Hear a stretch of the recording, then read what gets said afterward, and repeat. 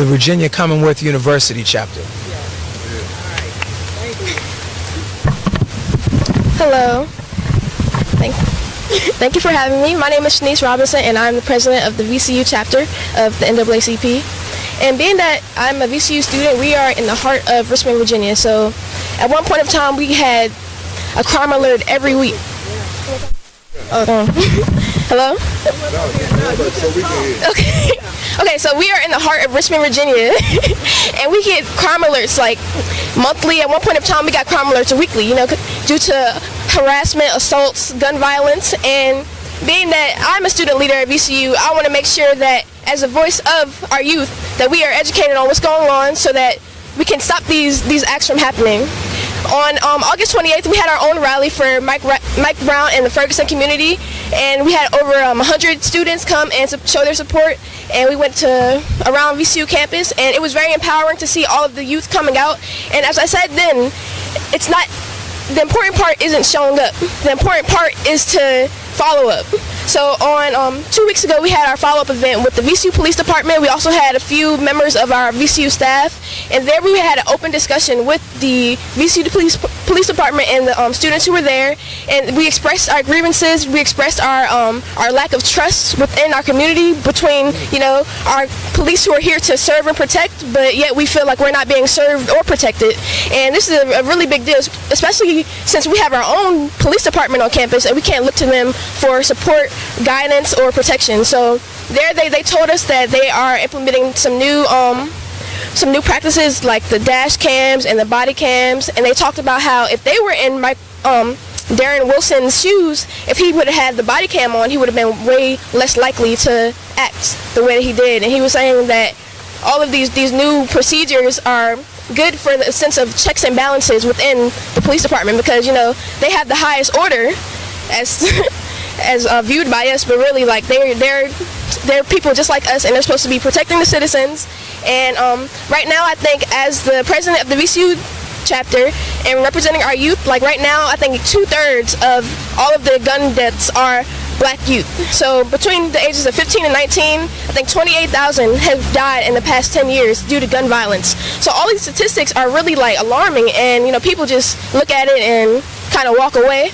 But this could be me, this could be you, this could be anyone, and this is really like a big deal. Like I have brothers. I'm from New York. My mom moved me from New York specifically because the area we lived in was a terrible area for gun violence and just violence in general. And she didn't want me to go to school there. So that was the best decision that she could have made. I'm thankful for that, because now I'm here in Virginia. But even though I am in Virginia, it can still happen here, So, and it does. And another thing about Mike Brown, this is really like alarming, because we jaywalk every day. We jaywalk as a part of our lives. We are professional street crossers, we say at VCU, and it's really scary to think that because we consider ourselves a professional street crosser, that a police officer can feel it in his soul that he needs to take our lives. And I know it's more in depth than that. And then another thing, so we had an event last week, and we asked people to have different perspectives of the Mike Brown situation. We asked the group to be the parents, the friends, the police officers, and another entity. And there was one young man who his perspective was of the police department, and his whole perspective, he created a whole scenario of what could have happened and what probably did happen, and justified the whole Mike Brown situation from happening. And this really kind of boiled my blood a little bit. Everyone's entitled to their own opinion, but I feel like we cannot make excuses for something just because we don't know what happened. We can't justify what they're doing just because we don't know the facts. The press never gets to speak, so I feel like that's a big part of what we're doing. But right now, I think as youth, we need to all step up and be true leaders. We all have a voice. We need to exercise our voice, because at any time our voice can be taken away from us, and we don't have any chance to say, what if I would have said that, I could have said that. So as we have the ability to speak now and promote change and lead our youth, I think that we need to do that. And I am pleased with being on the forefront with that, and whoever's behind me, please go, because we really need to change the way our youth is being brought up. Thank you. Next we'll have Vicente Gonzalez. He is the education chair of the NAACP, Youth and College Division. Hello. My name is Vicente Gonzalez. I'm the education chairman for the NAACP Youth and College Division. So we're here today to talk about gun violence. And there's a lot of things that were brought to the table in the forefront of the Michael Brown shooting. Unfortunately, the most issue which has been brought to our attention is the state of our media, the state of our community, in terms of how people see this time of racism.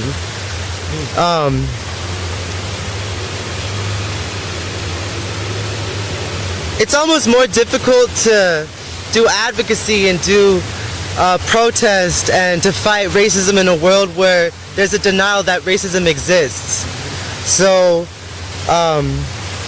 if I can think of any true battle which seems to be the most difficult to overcome, would be to re-navigate this narrative that in the process of trying to hold people accountable for actions taken for unnecessarily deadly force, that we make it all about color.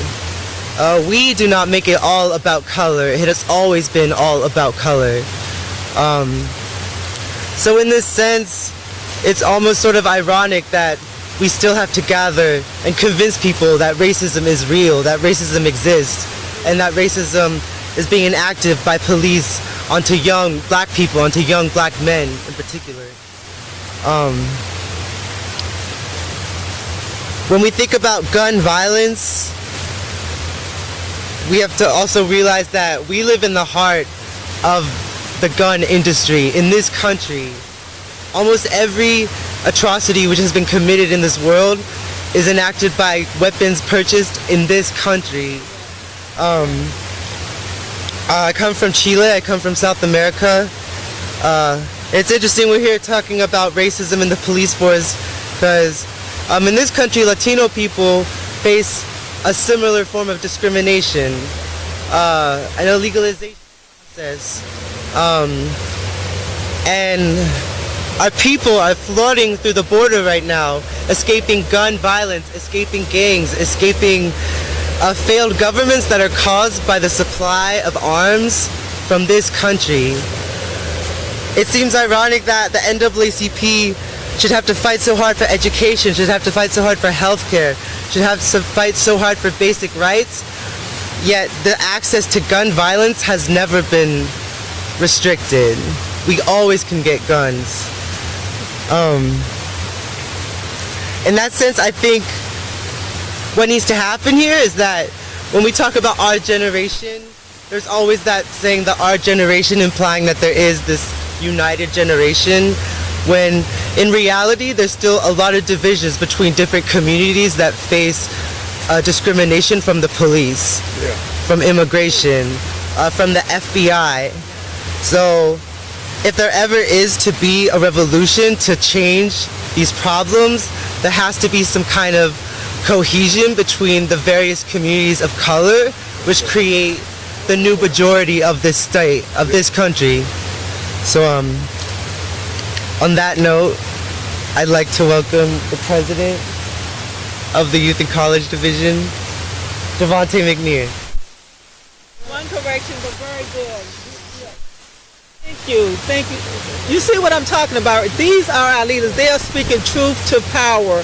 But before we bring on our president, Javante McNear,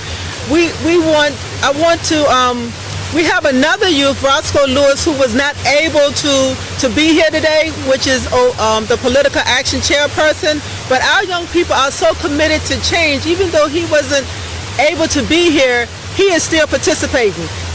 What he wanted to say, we reached out and I asked one of our partnering organizations if she would come and represent his interests. Her name is Dorothy Ware, and she's one of our partner organizations. In fact, she's the co-chair for the African American Family Initiative. And I just want to say that, you know, when you need help and you can just call on your sister or your brother, that's what unification is about, and that's what it's about in terms of helping each other. But right now, I'd like to ask for her to come and present on Lewis, and I really appreciate that. Thank you. Well, good evening, everybody. And I read Roscoe Lewis's presentation, and it sounded like something that I actually could have done 40.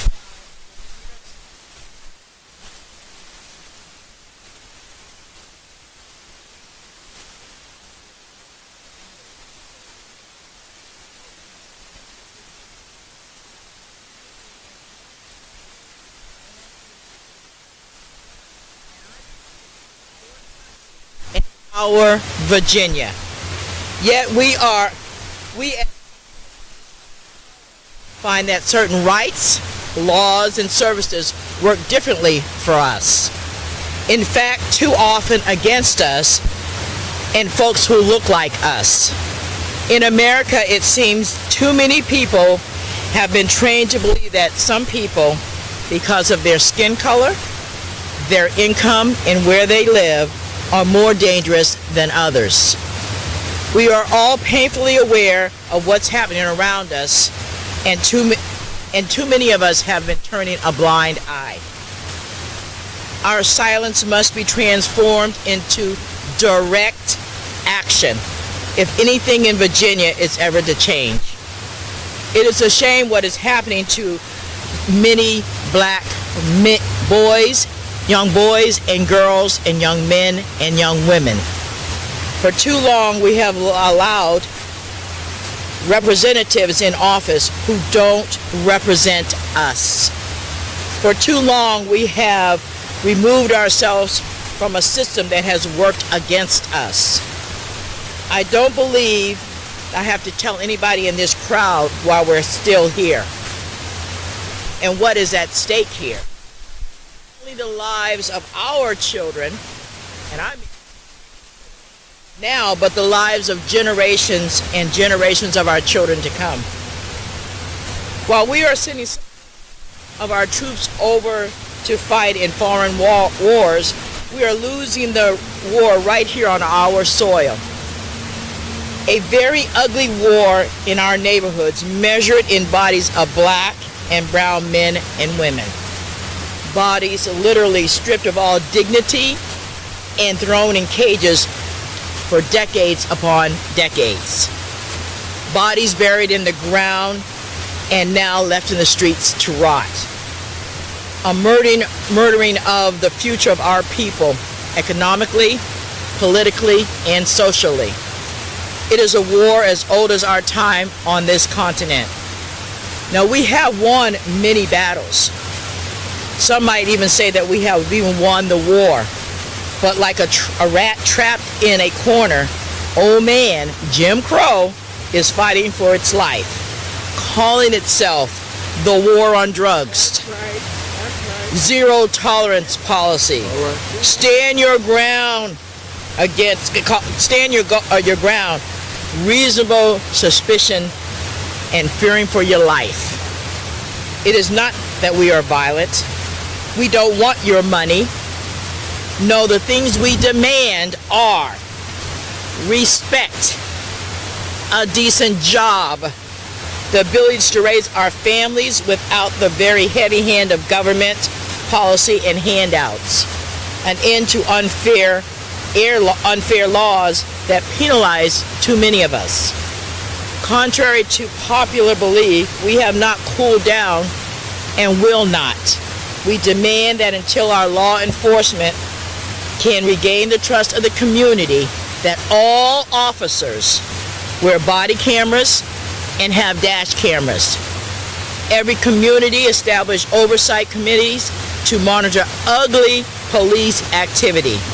And we want to put an end to Virginia's sad and punishing $200 federal grand larceny threshold when our surrounding states such as D.C. has 1,000, Pennsylvania with 15, and South Carolina 2,000.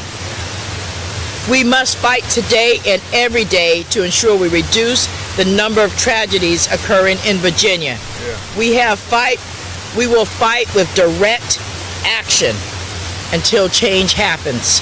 We have seen so many ugliness in Petersburg, Richmond, Chesterfield County, Virginia Beach, Henrico County, Springfield, Chesapeake, and many other cities and counties all over Virginia. The Virginia NAACP and the Youth and College Division will not rest until the law works for all Virginians and all Americans. We will use the law to compel change. Decide they will allow.